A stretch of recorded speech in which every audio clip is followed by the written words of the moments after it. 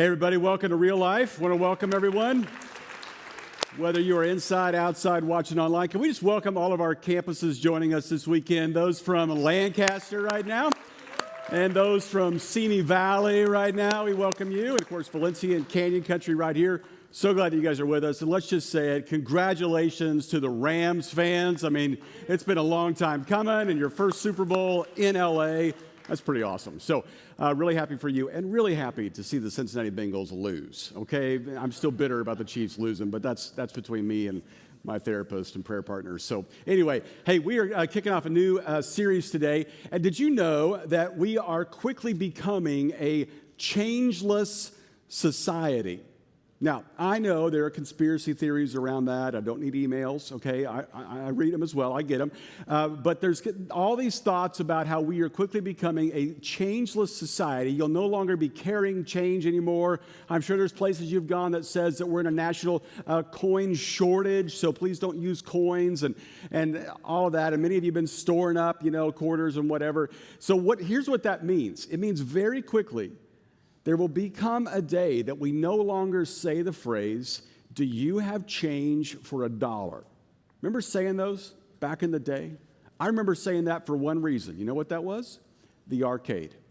I needed change for $1 for the arcade.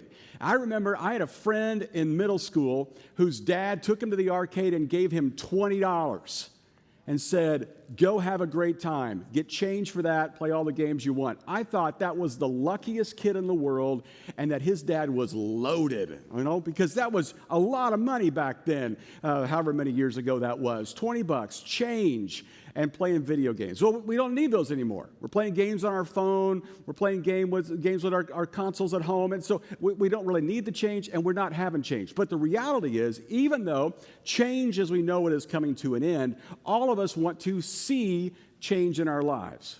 See what I just did there? Okay, word change. So we're going to play with that for a lot. Thank you very much. Yeah. So all of us want to see change in our lives. And even though we may not be getting change for $1, we want to make a change in the world. And I know that's true about the people of Real Life. Because over the Christmas break, specifically between Christmas and Thanksgiving, that little block of time right there, we asked you to think about what would you contribute to help make a change in California. Because we really believe that the local church is the hope of the world. So what if we had more churches in the state of California? It just might make things better. And we asked you to think about contributing $300,000 we could give away, and you guys gave almost $500,000 so we could give that away. And so that's something to cheer about. That's right. And so as a result, we were able to do some really cool things, like we were able to start a church in Oxnard and start a church which is coming up very soon in Ojai, and a church that you guys helped start in Long Beach. We were able to help them out with something very specific. I talked to their pastor on the phone, and I said, "What do you guys need? Because you're a brand new church. What is it you need?" He goes, "Well, the building we're using doesn't have a heater.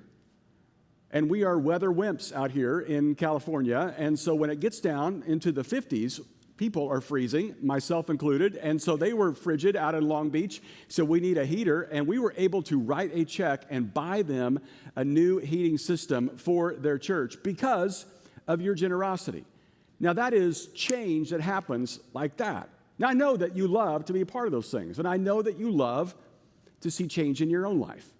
Over the course of this last series, we walked through 5 different things that we could change as we try to break these creatures of habit that we have in our life. And I love the feedback that I got from you on that book and the teachings and just the last 5 weeks as we journeyed through this and getting to see all the baptisms, which is evidence of people making change.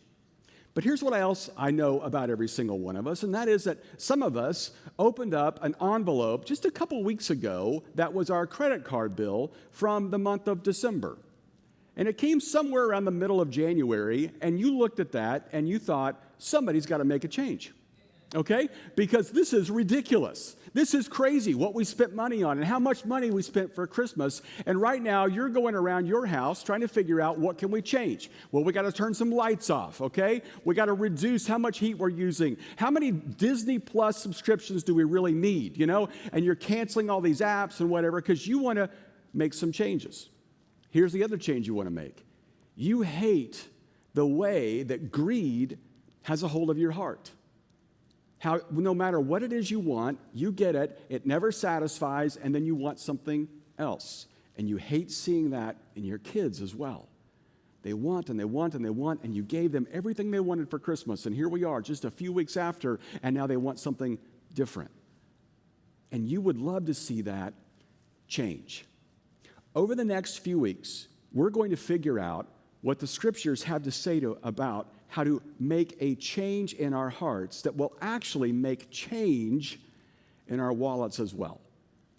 And I really think that this series has the power to revolutionize a lot of homes and a lot of hearts over these next few weeks. Some of you, you've been married a long time. The number one thing you fight about is money. Some of you are single, and you are thinking about how do I prepare and plan for the future, and you're wondering about money. And I wanted to say this from the very beginning. This series is so much more than money.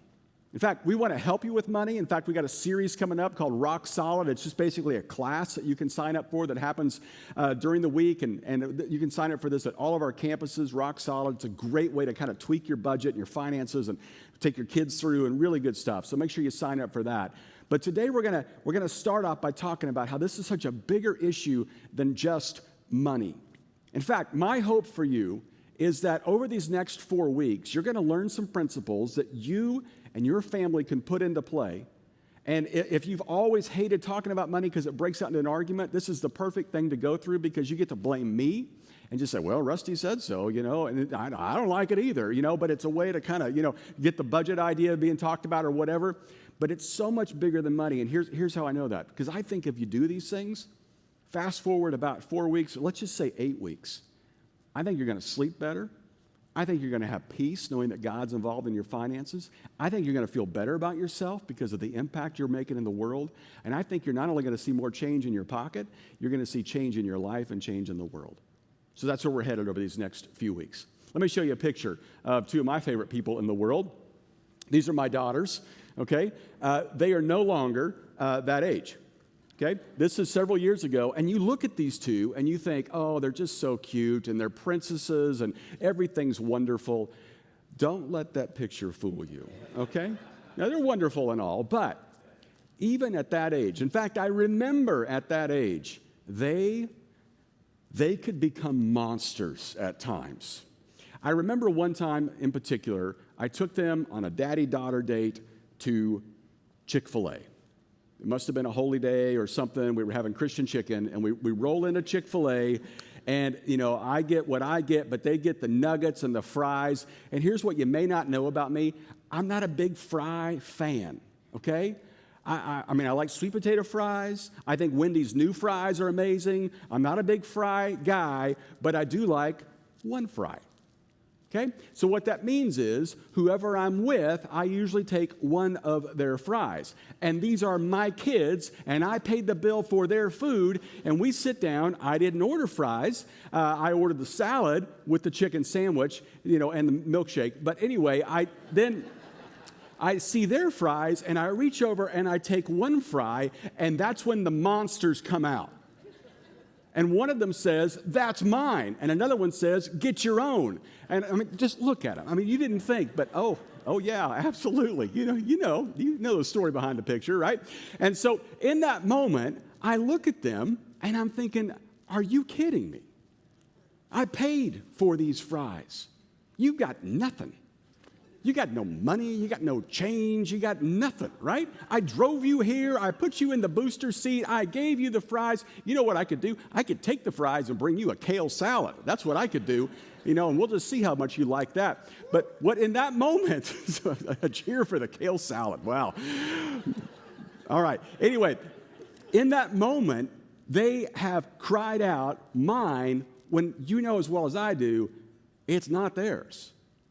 Because I provided it. Now, I'm talking more than just about waffle fries, right?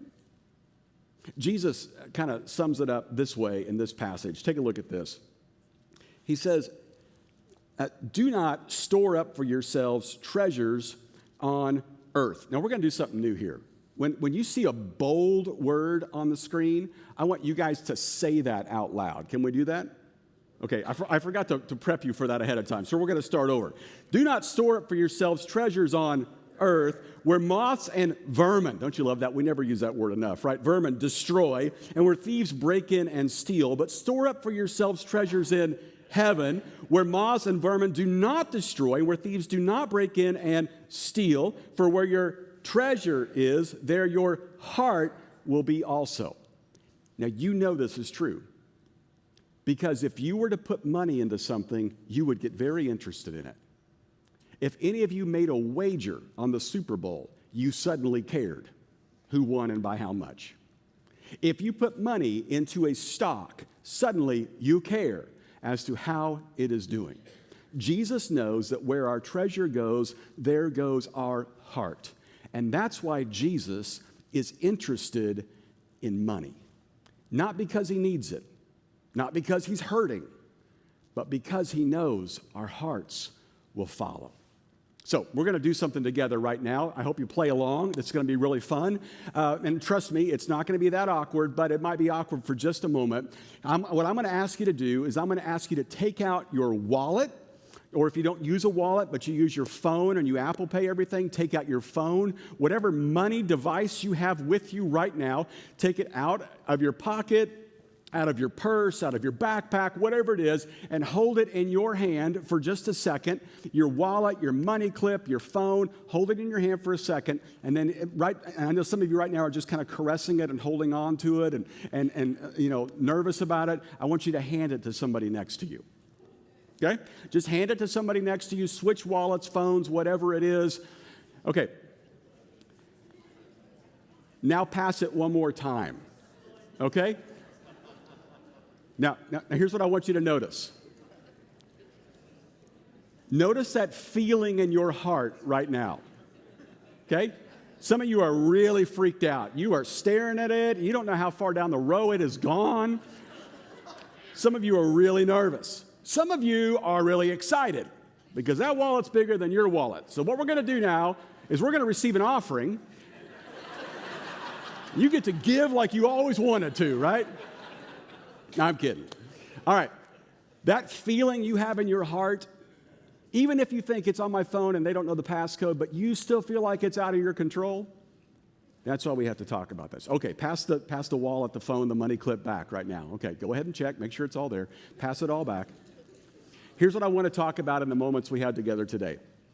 What is your posture towards money? Now hang on to that. Keep the wallet out or the phone out or whatever. Just hang on to it for a second, because we're going to talk about several different postures we take with our money. And as a result, that's where our heart goes. And that's why we cry out to God, mine, get your own, like my kids did with the fries. Okay, here's posture number one, defensive. Okay, it's almost like you take your wallet and you can put it under your arms and sit there like this. Okay, you might even want to do that right now. Some of you are already doing that. Okay, that's okay. This is a defensive posture when it comes to money, because you're already on edge. We're even talking about this because you grew up like I did, watching the televangelists. And they'd parade around on the stage, and they'd sweat, and they'd cry, and they'd beg for your money. And they'd promise you if you'd send them $20, they'd send you a prayer cloth that they had prayed over, and it would heal you and your dog from the mange or whatever it is. And I remember watching this as a kid, and I thought, I will never do that. And then I started reading the Bible. And do you know Jesus talked about money more than he did heaven or hell? Do you know Jesus told 39 different stories, or we call them parables, and 11 of them were about money? It's used as an illustration, as teaching over and over again. And here's why. Because he knows that where our treasure is, there our heart will go as well. Look what he says here. No one can serve two masters. Either you will hate the one and love the other, or you'll be devoted to the one and despise the other. You cannot serve both God and money. Isn't that interesting? He doesn't say you can't serve both God and Satan. He says, no. You can't serve both God and money. I mean, this is a strong teaching right here. And yet, Jesus never seems like a televangelist, does he? Because I think we know that the way Jesus talks about it, it's not that he wants something from us. He wants something for us. And he knows that money is a terrible master. Here's what Jesus knows, and that is that right now, today, 26% of adults have no savings. An estimated 38 million households in the U.S. live paycheck to paycheck. Almost 40% of Americans would not be able to cover an unexpected expense of $500. 59% of Americans say that running out of money is their number one fear. 2/3 of all divorces point to money as a significant contributing factor. And 25% of Americans say their best shot at financial security is winning the lottery. I mean, Jesus knew and knows how stressed we are when it comes to money. And as a result, many of us are so defensive when it comes to money because we're so scared and nervous about it. But here's what I want you to hear. Jesus doesn't want something from you. He wants something for you. He wants you to be free of that fear because he knows money is a terrible master. All right, so some of us are defensive. Others of us, we're just kind of trusting our wallet, okay? You might even want to kind of hold it up, Lion King style, all right? Hey, whatever the song is, right? People are you're just kind of trusting in money, and that's kind of the way your posture is. You just kind of hold that money up, and it's what you think about, and you got your mind on your money and your money on your mind, and it's so focused, thank you, on money constantly. Now, this is what Proverbs says. He writes this: the wealth of the rich is their fortified city. They imagine it is a wall too high to scale. In other words, we think that if we have enough money, nothing could ever hurt us. Nothing could ever get to us, nothing could ever affect us, because we look at our lives and think, if I only had more money, I would have more peace. I want to tell you about 3 different people here and see if you know what they have in common. In April 2009, a man named Abraham Shakespeare, that's a great name, was shot twice in the chest from a .38 caliber pistol. Another guy, William Brad Post, was $1 million in debt, forced to declare bankruptcy, spent time in jail for firing a gun over a bill collector's head, and his own brother was arrested for hiring a man to kill him. Third one, Jack Whitaker had $400,000 stolen from him, been arrested twice for DUI, and ordered into rehab. You know what all 3 of these people had in common? All 3 of them went broke after winning $100 million in the lottery.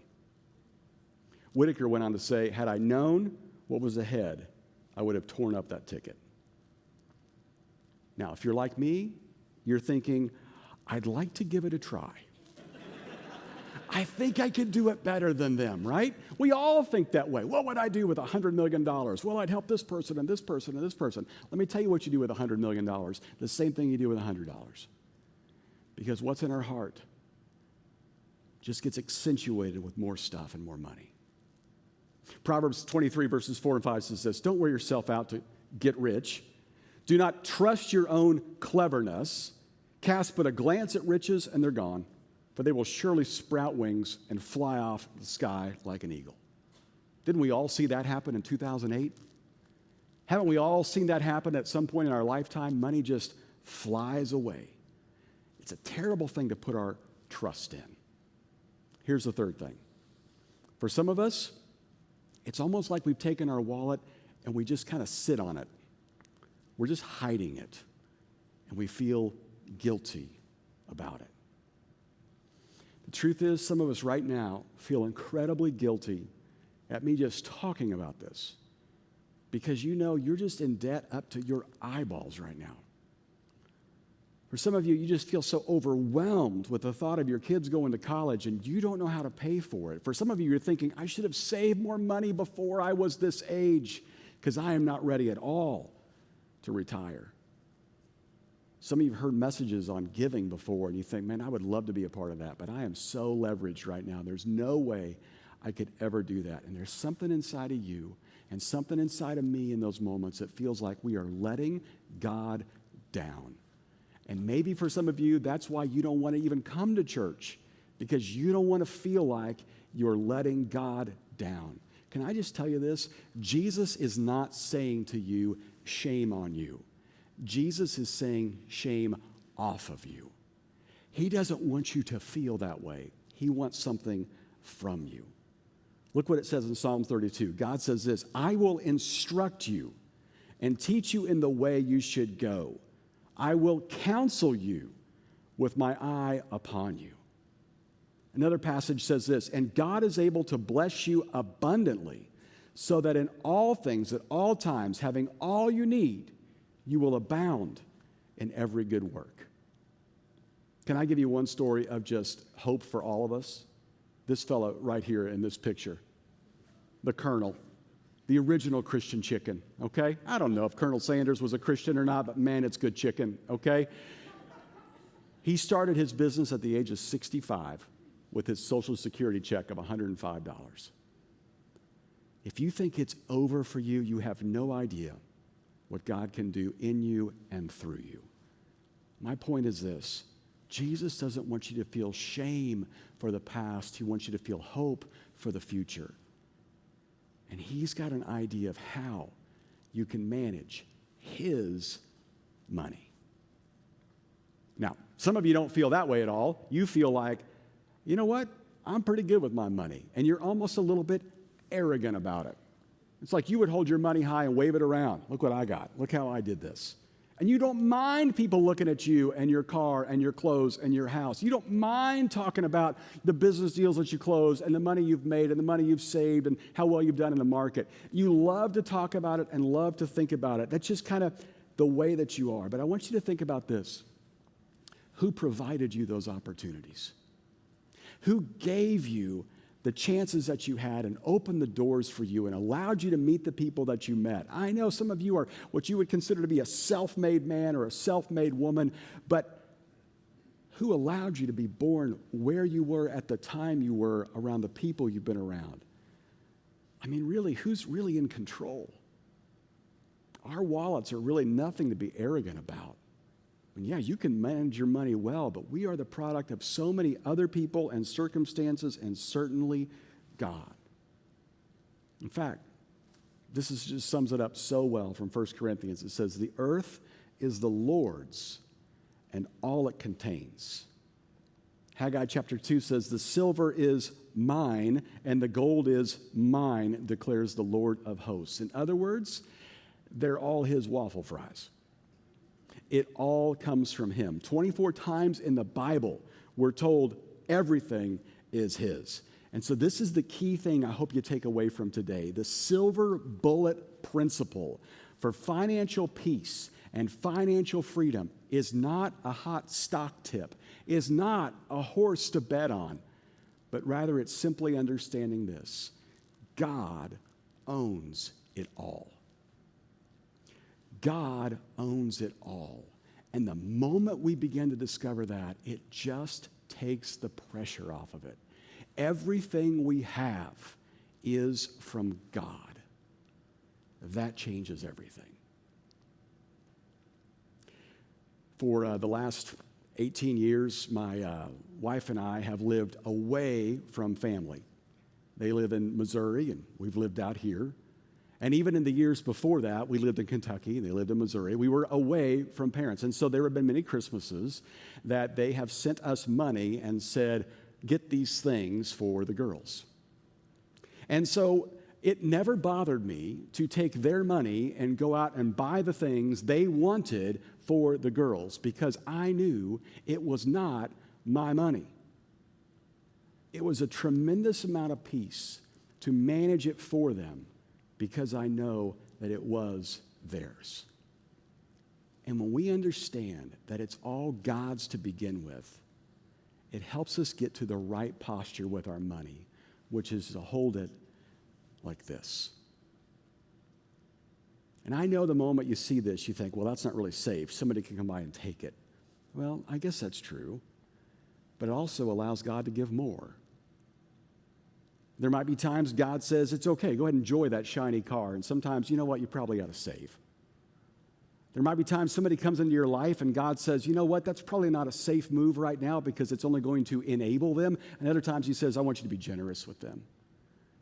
And there's certainly going to be times that God says, I want you to advance my kingdom. Live open-handed with God. Now, I know you and me both, we would love to be like this, clenched fists at all times. But when my hands are clenched like this, I can't receive anything. That's why Scripture says this. One person gives freely, yet gains even more. Another withholds unduly. That's the clenched fist, but comes to poverty. A generous person will prosper.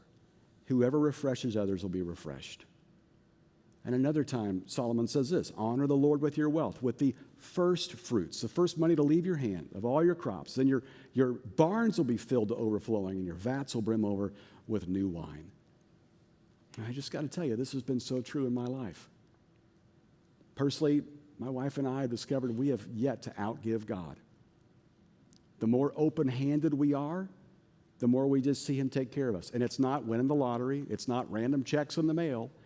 It's just sometimes the car lasts longer. Sometimes the roof doesn't leak. Sometimes the air conditioner lasts a little bit longer. Sometimes just different blessings pop out of the blue.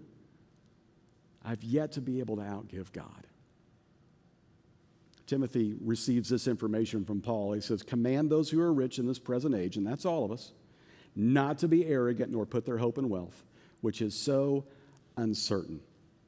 I feel like we're missing the bold words there on the screen. We're not saying these together, okay? Which is so, it's not bolded. Okay, so you're off the hook. That's on me. Okay. Which is so uncertain, but to put their hope in God, who richly provides us with everything for our enjoyment. Did you catch that? God doesn't want you to feel guilty for enjoying what he's blessed you with. It'd be like you giving your kids a toy for Christmas and saying, don't you dare like that thing. Okay? But you do want them to use it in a way that's respectful and enjoyable and brings joy. Command them to do good, to be rich in good deeds, and to be generous. Oh, goodness, you all scared me. Okay, generous and willing to share. In this way, they will lay up treasure for themselves as a firm foundation for the coming age, so that they may take hold of the life that is truly life. Okay, that's what we're looking for. Over the course of the next few weeks, we're going to figure out how to have truly living, how to make change in our lives that creates change in our pockets that allows us to bring change to the world. That's where we're going. Because here's what I know about you and about me. We want to be the kind of people that are able to be generous with others. We want to be those stories we hear about when somebody blesses somebody else in such a way they can't stop talking about it. Let me tell you the story about a couple of our pastors out in Simi Valley. Matt and Sarah Lynn Grubb have been out there for years and do just an incredible job. And they have a son by the name of Enoch who got a scholarship to a school in the Netherlands. I thought it was a long ways to take my daughter to Missouri. They took their son all the way around the world to the Netherlands. They get there. They only have a week's time, and they have to find a place for him to live and his roommate as well, and they are striking out. They're talking to this realtor to find an apartment for them to live in. And finally, on the last day, they say, we've got a place that's opening up tomorrow, but you got to sign right now. It'll be fully furnished. Don't worry. It'll be great for them. And so they sign up. They pay the deposit. And then they get on a plane and leave their son over in the Netherlands with this apartment. Enoch walks into the apartment the next day, and it is not fully furnished. It's filthy. There's nothing in it. There's no bed. There's no drapes, curtains, not even a shower curtain. Nothing. And the next day, he goes to church. A family meets him, recognizes he's young and seems to be quite wide-eyed and new, and they figure out he is new at this college, and they decide to ask him, well, how are your living accommodations? And he tells them, well, you know, it hasn't really turned out the way that I thought. They show up later that day with a coffee pot, with an air fryer, with dishes, with pots and pans, with a TV, with beds, with drapes, and they clean the whole apartment for both Enoch and his roommate. And here's the really cool thing. Enoch's roommate is not a Christian. But in that moment, he saw what Christians should do. Live open-handedly with God. And they had a chance, and they blessed this kid in such a way, they are showing another kid, this is what your Heavenly Father is like. And here's what I know about you and about me. I want to live that way. I want to see that in my life, and I want to give that to others. But many of us, we feel like we can't because of our posture towards money. Here's the one thing I hope you get today. If you just get this one principle, it will change your life. Everything you have and I have is God's. Once you get that, you can live open-handedly, and you can give, and He can give you more.